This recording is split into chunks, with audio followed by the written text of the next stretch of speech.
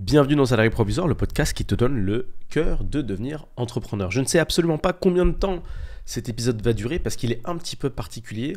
Je traverse une émotion très spécifique et donc je voulais t'en parler. Je t'informe juste pour commencer que ce n'est pas la première fois que je la traverse, mais je pense que c'est la première fois que j'ai la possibilité, en fait, que j'ai la configuration technique, mentale, de pouvoir en fait la partager. Donc j'en profite, tu vois, j'ai un podcast, j'ai des gens qui m'écoutent, j'ai un micro, j'ai un setup, tout est prêt, je t'en parle. Cette sensation, c'est la sensation et le plaisir, tu vas voir c'est particulier comme épisode, hein, le plaisir un petit peu paralysant qu'est d'avoir un projet qui marche fort, ok? Tu sais, quand t'as pas spécialement de projet ou quand tu as des projets qui marchent tout court, un peu, c'est sympa, c'est une sensation. Tu vois, quand tu passes de 0 à X, c'est cool. Tu vois, ça fonctionne, c'est agréable. Tu fais de la trésor, t'en vis même très bien, c'est sympa. Mais il y a des projets comme ça, enfin il y en a d'autres, qui explosent. Et tu vois, en ce moment, je suis dans cette configuration-là. Je suis en face d'un projet qui explose et je ressens ce truc, comme je te dis, que j'ai pas beaucoup ressenti dans ma vie, mais quelques fois déjà, ce sentiment si particulier de plaisir mélangé à du blocage. Je te donne une configuration. Admettons que tu veuilles pousser ton entreprise, qu'importe ce que tu proposes, on s'en fout, qu'importe les services que tu pousses, tu fais de la publicité. Tu as investi le budget que tu investis, 10 euros, 20 euros, 100 euros, 1000 euros, on s'en fout. Tu lances ta campagne de publicité, elle tourne. Elle ramène quelques personnes. Oh.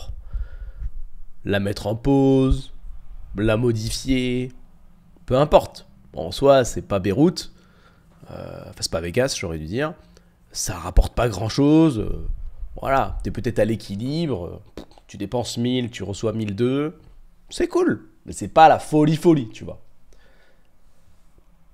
Sur Facebook, par exemple, quand tu veux modifier juste le nom d'une campagne publicitaire, ça la met en pause. Quand ça la met en pause, toutes les phases qui composent une phase de publicité, enfin de campagne Facebook, de campagne publicitaire, c'est-à-dire la phase d'apprentissage, le moment où il y a une espèce de pause bizarre, Facebook réfléchit, check les résultats de données et après dit que ta campagne est réellement active. Cette phase-là, où il ne se passe rien finalement, ta campagne elle est entre active et pas active, on ne sait pas trop, elle est entre les deux, l'algo apprend, le pixel apprend ce qui se passe, c'est pas un truc qui pose problème.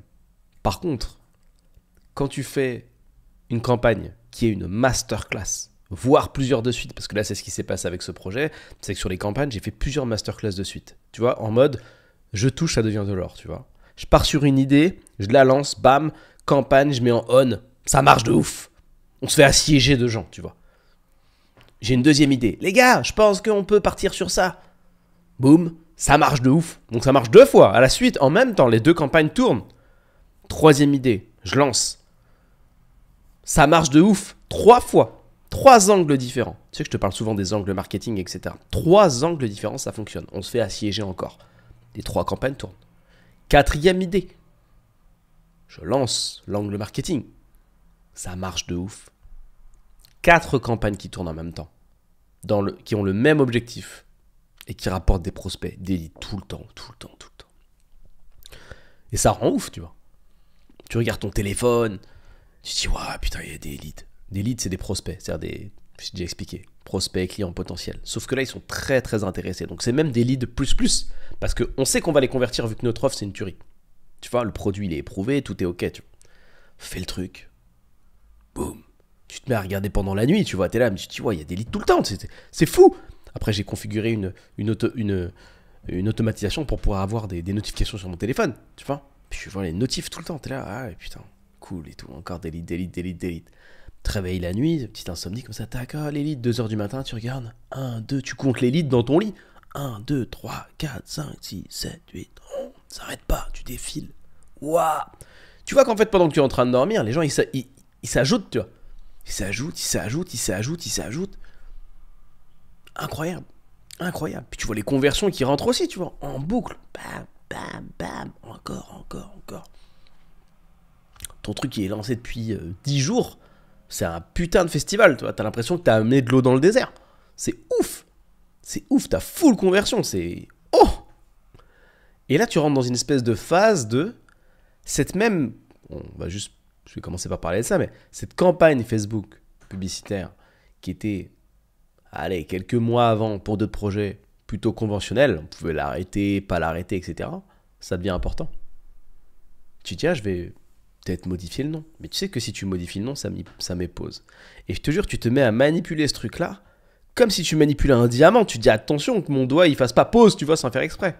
Parce qu'il faut le savoir, quand tu fais pause sur une campagne, si tu veux la poche d'audience à laquelle tu t'adresses, je vais t'expliquer ça différemment. Admettons que tu vises une audience de gens qui ont des cheveux longs. Et que sur la France, ça représente 1 million de personnes. Si tu mets un budget publicitaire de 10, 15, 20, 30, 100 euros, 1000 euros par jour, peu importe, on est d'accord que tu ne peux pas t'adresser aux 1 million de personnes en même temps.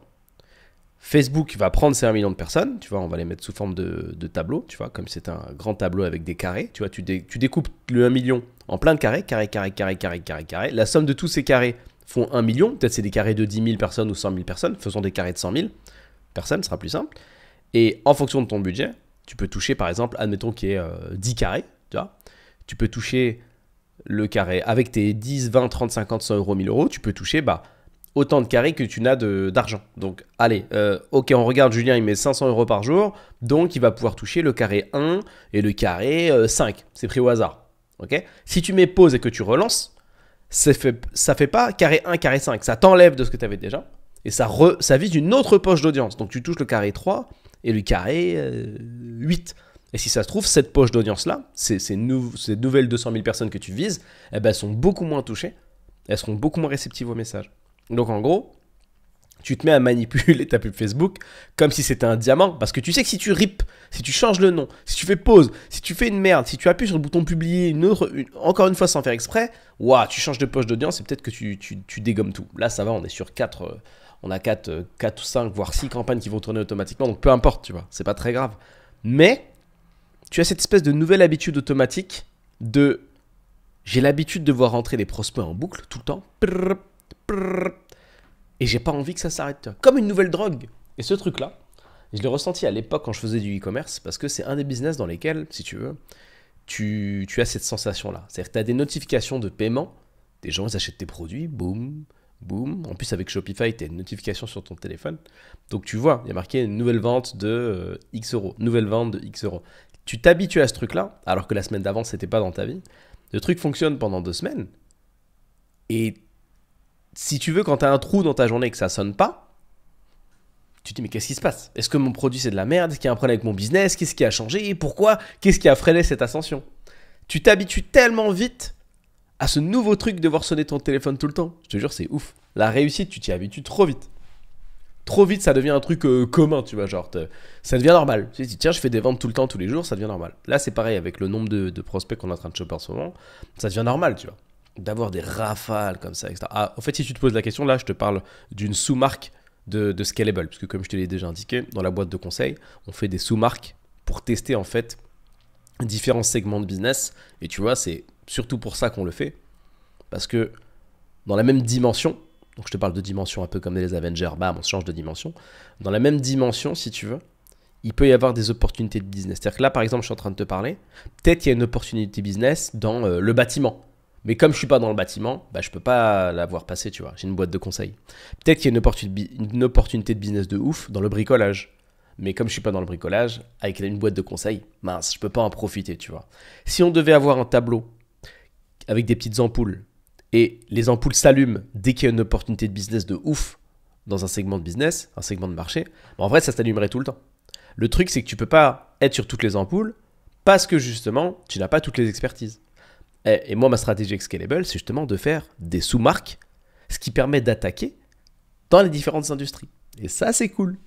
Donc, ça nous permet d'être un petit peu partout à la fois et de pouvoir avoir accès à plusieurs lignes d'ampoules, si tu préfères. Et donc, du coup, sur une des sous-marques, on a eu le nez creux, on va dire ça comme ça, un petit peu à l'ancienne comme expression. Et l'ampoule s'est allumée. L'ampoule s'est allumée pour nous. C'est-à-dire que l'apport technologique, l'apport d'expertise qu'on a fait sur le segment de marché qu'on a essayé, enfin qu'on a adressé, est tellement overkill qu'on a pulvérisé le marché. Et ça fait 2 fois qu'on le fait cette année. Je te le refais. L'apport d'expertise et l'apport en industrie qu'on a envoyé sur le segment de marché en question est tellement overkill qu'on a pulvérisé le marché. L'exemple que je donne pour définir ça, c'est à peu près toujours le même, comme ça te marque. En équivalence, hein, c'est à peu près comme arriver dans une ville qui s'appelle la ville des tout nus. Et personne n'a d'habits, mais les gens ils ont froid, et toi tu ouvres le premier magasin de vêtements. En vrai, il y a déjà des magasins de vêtements, si tu veux, mais ils n'ont pas compris le concept de la vitrine. Il n'y a pas de vitrine. Genre, imagine que les magasins, c'est des appartements, tu vois. C'est-à-dire qu'il y a des mecs... il y a Rodrigo, il se dit quand même, on va essayer d'habiller les gens. Il a créé un petit peu les premières esquisses de comment il pourrait créer des slips, des caleçons, des boxers, tout ça, des shorts, des pantalons. Mais il fait ça un peu en soum-soum dans son appartement magasin. Il n'y a pas d'enseigne. C'est pas connu, tu vois. C'est pas genre tu marches dans la ville des tout nus et tu dis, ah, il y a un magasin de vêtements. Oh, ce serait bien pour avoir chaud, ça. Non. Il fait ça chez lui, c'est pas praticable. Et nous, on arrive et on a la technologie affichage en 4x3 sur des écrans LED géants dans la ville. Dans la ville des tout nus, les gens, ils marchent. Ils sont à Manhattan, les mecs.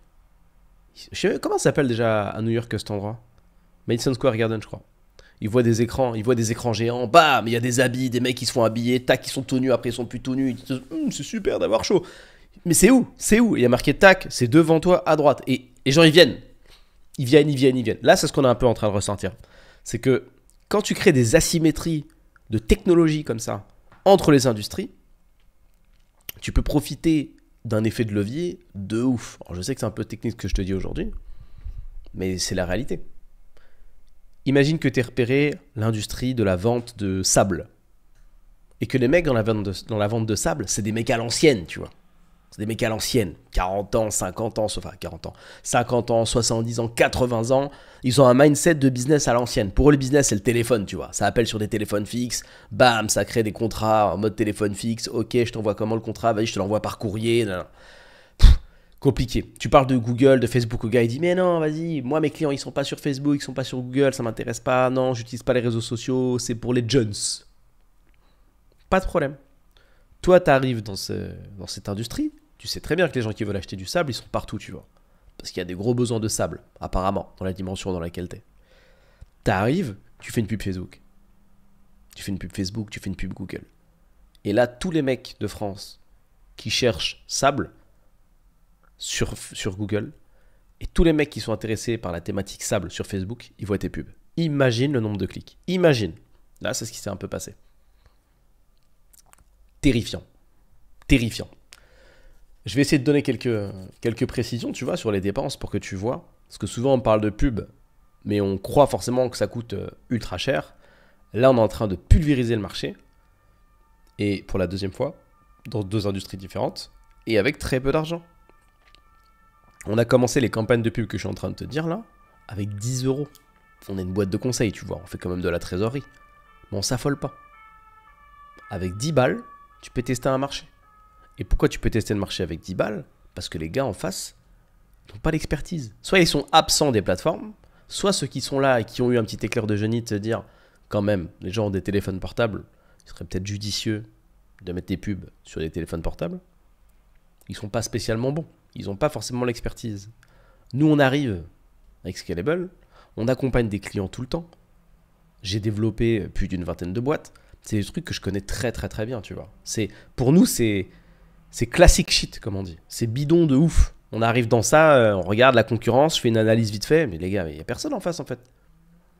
Référencement naturel, c'est libre. On va pas se faire chier avec ça, mais on verra.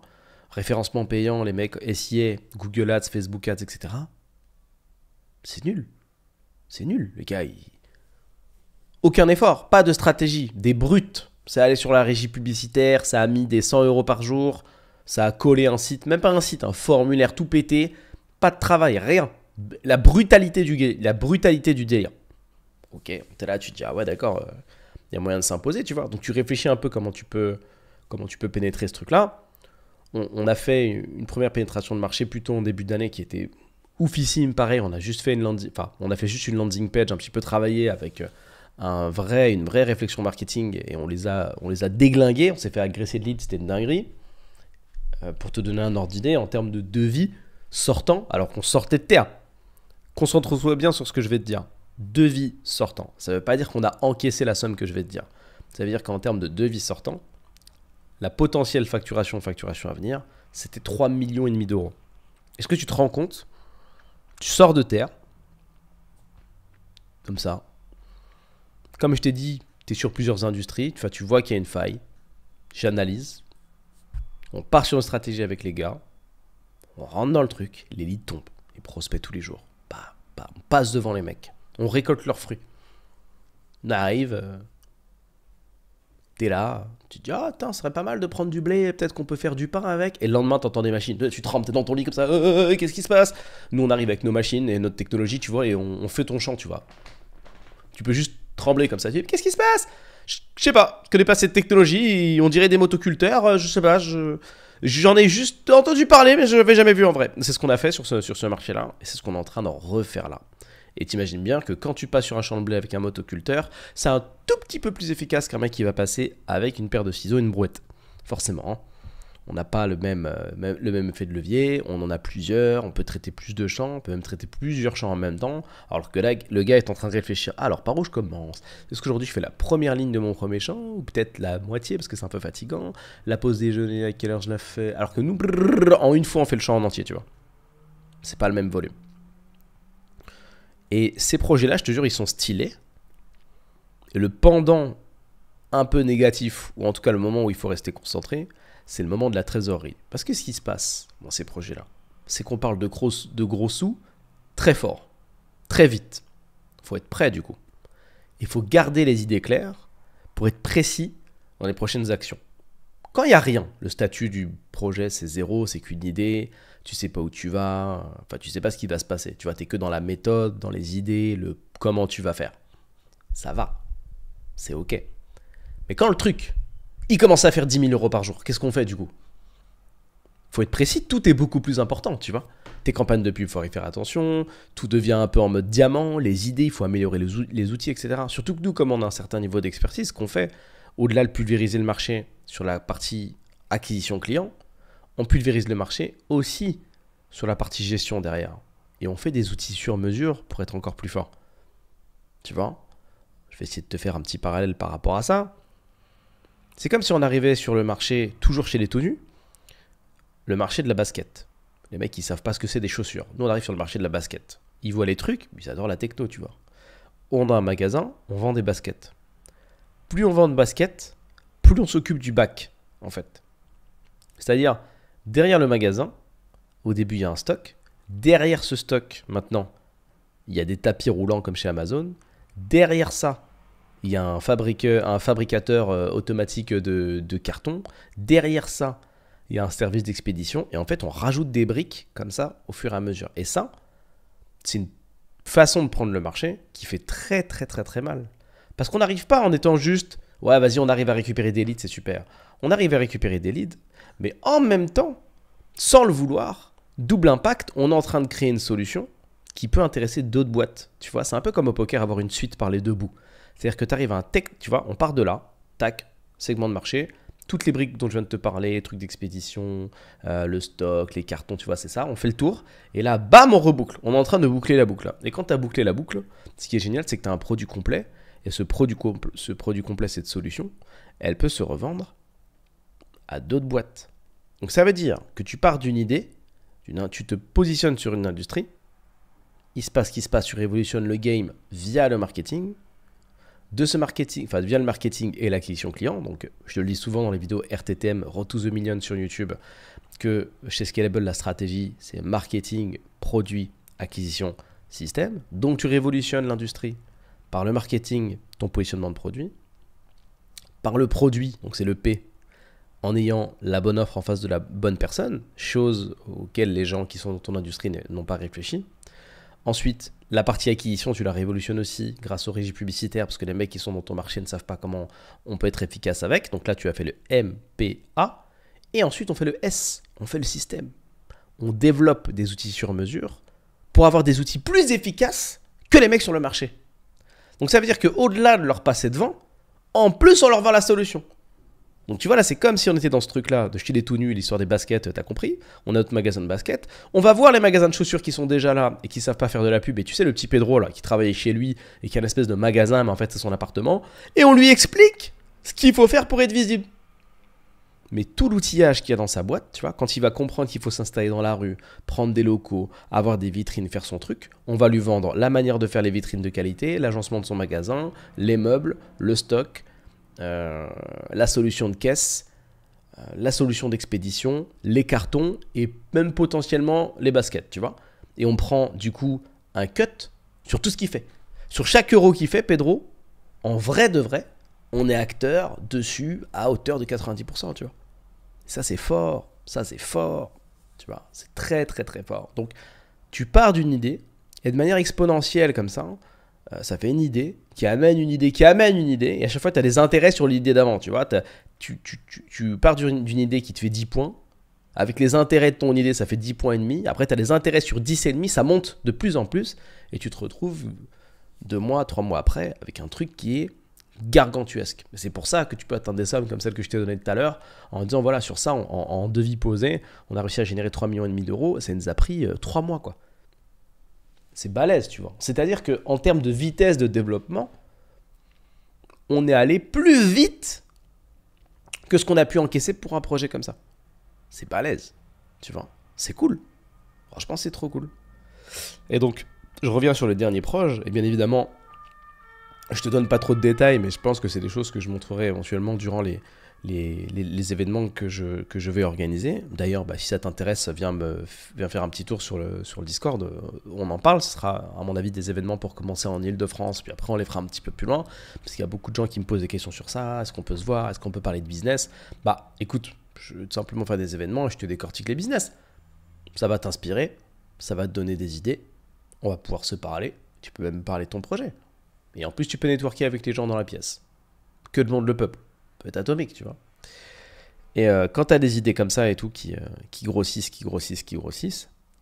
mais que tu te positionnes et que tu révolutionnes le marché par les deux bouts, tu vois, des deux côtés, et par le produit et par la gestion en fait du produit et par la gestion d'entreprise, tu crées une solution. Cette solution, tu peux la vendre à d'autres boîtes et ça te fait être l'acteur un peu majoritaire du game, tu vois. Genre, mec, t'ouvres un restaurant et t'inventes une machine révolutionnaire pour cuire le pain et tu te mets à la vendre à McDo, quoi. C'est ouf. Et après, elle se retrouve dans tous les McDo de France, puis tous les McDo du monde. Donc, à la base, ton projet, c'était de cuire le pain, tu vois, vite. Mais au final, t'as créé une boîte dans la boîte, tiens. Et là, c'est ce qu'on est en train de faire. Petit à petit, on est en train de créer une boîte dans la boîte. Et c'est pour ça que je voulais t'en parler. Parce que bien qu'on lance pas mal d'idées de projets, bien qu'on teste plusieurs marchés, t'imagines bien que tous les projets ne sont pas en mode poule aux œufs d'or. C'est normal, tu vois. On peut pas faire des masterclass tous les jours. Et ça, vraiment, sans paraître pompeux, c'est une putain de masterclass qui s'est passée là. C'est une putain de masterclass. Et les outils qui ont été créés et qu'on a mis en place, ils sont terribles. L'efficacité des outils, je pense que je suis jamais allé aussi loin dans la conception d'outils, tu vois. Jamais. J'ai fait des connexions, enfin si tu suis mes stories sur Insta, j'en ai parlé pas mal, mais j'ai fait des connexions, des raccords, des choses qui te permettent de gagner, mais un temps terrifiant. Et en fait, de se préparer à non pas gérer le nombre de leads qu'on récupère actuellement, mais à gérer l'affluence titanesque qui va arriver quand on va augmenter les budgets, et à gérer l'affluence titanesque des gens chez qui on va poser la solution. Donc tu vois, c'est-à-dire que tu avances, tu améliores ton produit, ton offre, ta méthode, mais tu sais que tout ce que tu es en train de faire là, ça là, c'est aussi un produit que tu vas vendre à d'autres personnes, à d'autres boîtes. Et dès lors que ton produit est actif chez d'autres boîtes, le contrat va être de récupérer un cut sur tout ce qui passe dans ton produit. Et ce qui est génial, c'est que ce produit-là dont je te parle, il n'est pas négligeable. C'est pas genre un tapis de souris un peu efficace. Non.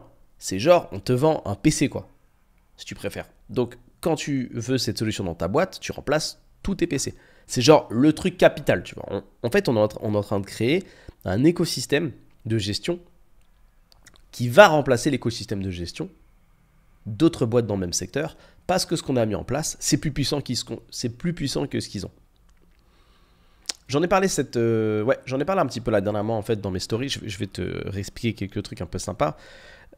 Pour appuyer ce produit et cette solution, la masterclass des masterclass pour aller encore plus loin et toujours réfléchir à mieux traiter les choses et à passer encore à un niveau supérieur, c'est d'intégrer en fait du text-to-speech, de l'intelligence artificielle mais à l'oral, dans le cadre d'appels téléphoniques qui a généré dans le cadre de ce produit-là, tu vois. C'est-à-dire que c'est un produit et c'est une solution, c'est une industrie, c'est un business dans lequel il faut passer des appels. En tout cas, l'appel est important. Et là, le point de réflexion, peut-être que même quand ce podcast sortira, on sera beaucoup plus loin, le point de réflexion, c'est comment on peut développer un petit bloc de solutions qu'on va coller à nos solutions déjà existantes, tu vois, une pièce de puzzle supplémentaire, pour que depuis un tableau de prospects, on puisse avoir une intelligence artificielle qui appelle les gens, qui propose ce qu'il y a à proposer, et qui fasse un peu un résumé de call, un résumé d'appel, et qui l'archive dans un tableau, dans le tableau avec les prospects. Pourquoi on est arrivé à cette conclusion-là? Parce qu'en fait, on a vu, tout simplement, il y avait des actions répétitives. Si tu veux améliorer, bon, après ça c'est vraiment des process qu'on fait chez Scalable, mais en gros, quand on se met à accompagner une boîte, et les process qu'on vend, eh ben, on les applique aussi pour nous, eh ben, ce qu'on fait, c'est qu'on regarde ce qui est répétitif, et on standardise la répétition. C'est-à-dire que si tous les jours, on voit que tu cliques sur un dossier, tu l'ouvres, tu prends une facture, tu l'édites, tu changes de numéro client 1 par 2 et qu'après tu l'enregistres dans un autre dossier, nous très rapidement, dès qu'on l'a détecté, si on voit que c'est une action que tu fais 50 fois par semaine ou 50 fois par jour, on va te créer un outil qui le fait tout seul. Au début, tu vois pas le truc, tu dis ouais mais attends je le fais tous les jours, ça va bien comme ça. Mais après tu te rends compte qu'en fait c'est un truc qui te prend, quand on te fait les calculs, c'est un truc qui te prend 2-3 heures, allez admettons que ça te prenne 2-3 heures par jour, donc multiplié du lundi au vendredi, tu vois, ça fait quand même une petite dizaine d'heures pendant lesquelles tu pourrais faire autre chose. Donc c'est puissant. Et une fois qu'on a standardisé comme ça, enfin une fois qu'on a créé des outils pour un peu tout, bah t'es tranquille, toi. Tu peux passer à autre chose, tu peux te concentrer sur autre chose. Donc l'idée c'est de faire un produit IA qui fait ça. Et on m'a envoyé la première démonstration. Et c'est incroyable.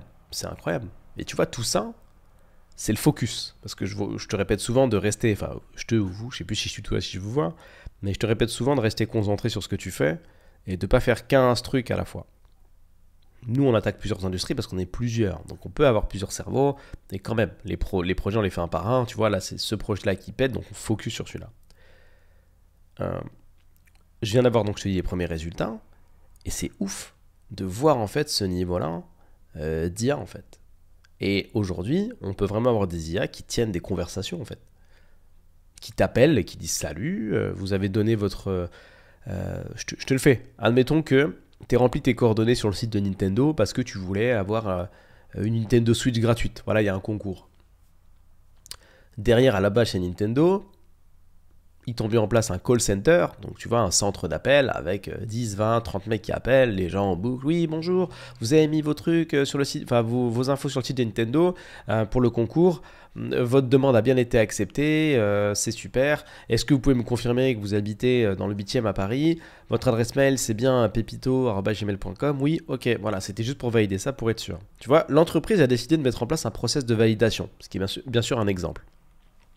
Ils ont décidé, le dirigeant a dit, moi, je veux qu'on confirme par téléphone ce qui est écrit dans le tableau. Donc vous avez un tableau, vous avez déjà les noms, les prénoms, les mails, les villes des mecs, et le concours auquel ils participent. Je veux qu'il y ait des gens qui collent et qui disent, voilà, et qui vérifient les infos. Et ceux qui répondent pas, on les enlève du tableau. Tu vois, ça se tient. On est Nintendo, on a beaucoup de personnes en fait qui ont rejoint le concours. Ça se tient, le dirigeant a décidé ça, tu vois. Bon, pourquoi pas? Et bien là, grâce à cette IA, on peut tenir la même conversation technique qu'un gars. La même. Le truc t'appelle, il dit « Salut Julien, t'as mis tes infos sur le site de Nintendo, je te dérange pas ?» Ah non, tu me déranges pas, dis-moi. Oui, alors je t'appelais pour juste vérifier en fait quelques informations qu'il y a dans le tableau. Donc juste pour être sûr, c'est bien Julien et ton nom. Ouais, ok, ton mail, c'est bien. Ouais, c'est bien. Ok, super. Est-ce que tu peux me confirmer que tu veux toujours participer au concours? Ah ouais, je veux participer de ouf. Bah écoute, parfait, je te remercie. C'est confirmé. Et écoute, tu auras un retour rapidement. Ok, merci beaucoup. Bonne journée. Bonne journée à toi. Ça là, je viens de te faire un call entre une IA et une personne normale. Alors, tu l'as peut-être jamais vécu, donc ça te paraît impossible. Mais c'est ouf. C'est ouf. Et si ça t'intéresse, ce que tu pourrais faire, tu vas sur YouTube, si tu aimes bien l'anglais, tu tapes r.ai, donc AIR.ai, et tu tapes Tesla Motor Call. Et en fait, c'est Tesla, ça qu'il a adapté à son site. Enfin, à son site. C'est un test avec un prospect pour Tesla. Et en fait, l'IA l'appelle. C'est ouf, parce que l'IA lui fait la conversation, en fait. Il dit salut, vous êtes bien Gary et tout. En plus, il s'appelle Gary Wheeler, je crois qu'il s'appelle. Vous êtes bien Gary? Ouais, je suis Gary et tout. Oui. Qui est-ce? Oui, c'est nanana de Tesla Motors. Ah, ok, super, génial, merci de m'appeler et tout. Bah écoutez, c'est un plaisir. Je vois que vous avez laissé vos informations pour telle voiture, etc. Est-ce que vous pouvez me dire en fait ce que vous pensez en fait des modèles, de ce modèle-là? Et le gars raconte sa vie. Ouais, moi j'adore, je trouve ça génial. Les Tesla, ce modèle-là, il est top, il fait ci, il fait ça, je connais les fonctionnalités. Ok. Parfait, Gary, parfait. Est-ce que qu'est-ce qui a motivé le fait que vous déposiez, enfin vous laissiez votre nom et vos informations sur le site? Le gars répond bah écoutez, là j'ai changé d'appartement et en fait je me dis que je vais aussi changer de voiture parce que là j'ai encore mon ancienne voiture, donc ça me fait plaisir d'avoir un nouveau véhicule. Et l'IA elle répond ah, bonne nouvelle, bien vu. C'est vrai que le changement d'appartement, ça amène un peu de fraîcheur dans la vie et ça peut donner envie de changer de véhicule, c'est bien. What the fuck? L'IA fait la conversation et le mec il dit ah ouais de ouf, ah ouais de ouf, et il se rend pas compte, il parle à personne le gars, il parle à personne, truc de ouf, truc de ouf. Et ensuite l'IA elle dit ouais Gary, est-ce que ça dirait d'essayer en fait ce modèle là rapidement, histoire de voir si ça correspond à tes attentes et que tout est parfait. Et Gary il dit ah ouais de ouf, putain ouais, quand on pourrait faire, ça m'intéresserait de fou. Eh ben écoute Gary, je pense que là j'ai une disponibilité, et en fait là l'IA check. En fait, c'est que des données finalement. Check les données relatives au rendez-vous et au créneau dispo. Et voit que mercredi X à 15h, il y a un créneau, il lui propose. Je te propose mercredi X à 15h, ça t'irait? Ah ouais, grave. Bah écoute, parfait et tout. Je te valide mercredi X à 15h. Eh ben écoute, merci Gary, à bientôt. À bientôt. Ça raccroche. Tu viens de gérer ton rappel prospect. Tu viens de gérer ta prise de rendez-vous. Tu viens de faire le premier pas et un putain de grand pas dans le cadre d'une vente automobile. Tes commerciaux de concession font autre chose. Putain, c'est ouf.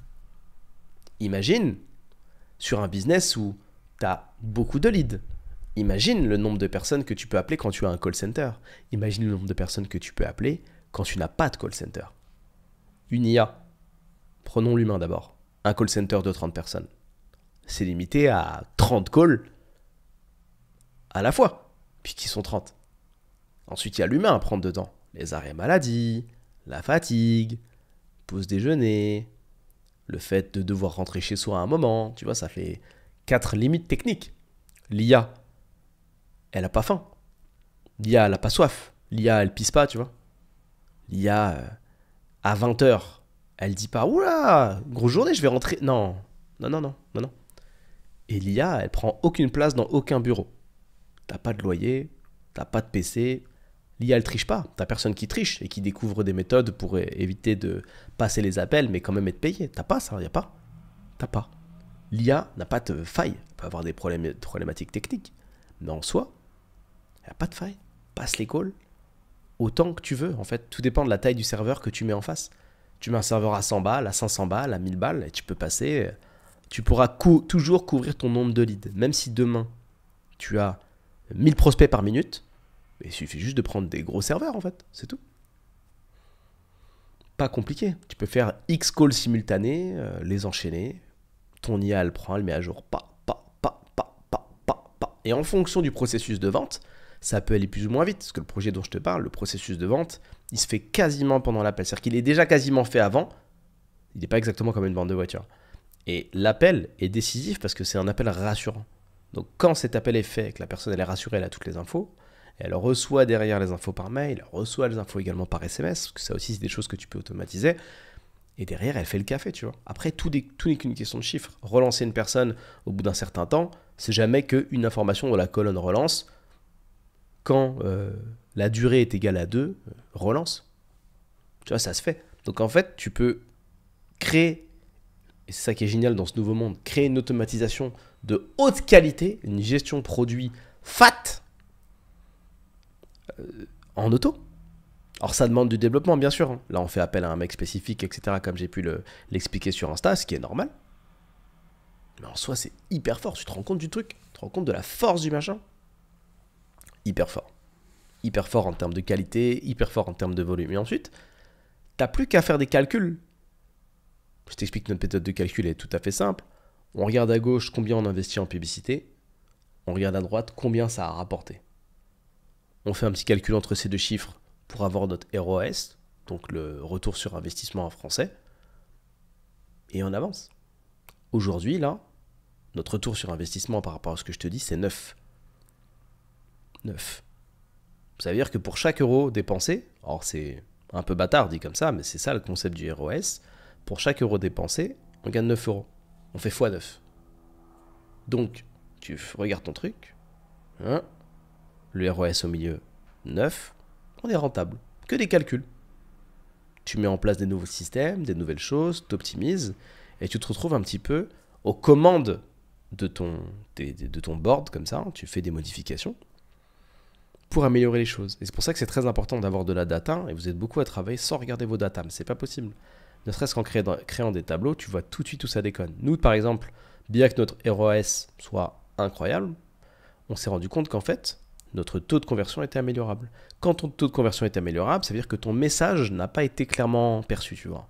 Quand tu as une offre de qualité qui fonctionne, qui a déjà été payée, mais que pourtant la converse, elle a un peu éclaté, ça veut dire qu'il y a un truc qui n'est pas clair. Il y a un truc qui n'est pas clair, faut mieux faire. Donc tu vois, là, on peut se concentrer sur la conversion, pour être plus efficace sur la conversion. Et c'est comme ça que tu optimises. Tu as juste à, voilà, il y a un truc qui déconne, hop, tu corriges. C'est comme si tu goûtais ton plat, ça manque de sel, tu mets du sel. Ça manque de légumes, on met des légumes. C'est un peu ça. C'est un petit peu ça. Mais il y a ce petit côté où ce plat, tu vas le servir derrière à un putain de chef de ouf qui va te noter, tu vois, un peu dans l'attention. Donc c'est-à-dire que quand tu rajoutes du sel, tu dis « Oh, tranquille, hein, ouh là là là là, tu goûtes plusieurs fois. » C'est de ça que je voulais te parler. Ce petit côté grisant un peu chelou de « ça fonctionne, on connaît l'argent, tu vois, on a l'habitude, mais ça fait toujours ce petit truc au cœur. » Et je pense que c'est pour ça que je fais du business, en fait. J'explique souvent, en fait, moi, mon objectif dans la vie, c'est pas de faire de la trésorerie. C'est pas ça qui m'excite. Tu vois, j'en parlais avec un gars de l'équipe il y a 2 jours. Et je dis, putain, tu vois, ces 2 mecs-là, j'ai réussi à les closer et tout, c'est super. Oh, j'ai la flemme d'envoyer l'administratif. Alors que c'est quasiment automatique. Hein. Tu connais un peu maintenant comment, tu sais un peu comment on fonctionne. Mais pour Scalable, tu vois, je me dis, oh, la flemme d'envoyer l'admin. Hein. Parce que moi, ce qui m'excite, c'est justement cette phase de conversion, tu vois, de réussir à convaincre quelqu'un et de l'amener à un niveau supérieur. C'est-à-dire que j'aime beaucoup cette phase où on ne se connaît pas, il apprend à me découvrir, il prend confiance, il veut qu'on travaille ensemble. J'aime beaucoup cette phase de je suis d'accord et vas-y, je signe tout, on bosse ensemble, ça j'adore. Au milieu, j'aime pas la phase de vas-y, on doit envoyer des contrats pour que tu signes, etc. Et j'aime beaucoup la phase d'après qui est je t'accompagne et je change ta vie. Ça j'adore. Mais le milieu, j'aime un peu moins. Parce que moi, la partie contrat et paiement, c'est pas celle qui m'excite le plus. Moi, ce que j'adore, c'est avant et c'est après. Je pense que c'est pour ça que j'ai créé un outil pour gérer le milieu, tu vois. Parce que on va pas tout faire à la main, c'est relou. Donc pour terminer, je dirais que je te souhaite de rencontrer ça, en fait, de vivre un projet comme ça, parce que ça fait du bien, parce que ça fait plaisir, parce que c'est l'accomplissement de plein de trucs, c'est la validation. Tu vois, c'est comme toi, peut-être aujourd'hui, tu te demandes comment tu vas développer ton projet, et ça commence à payer.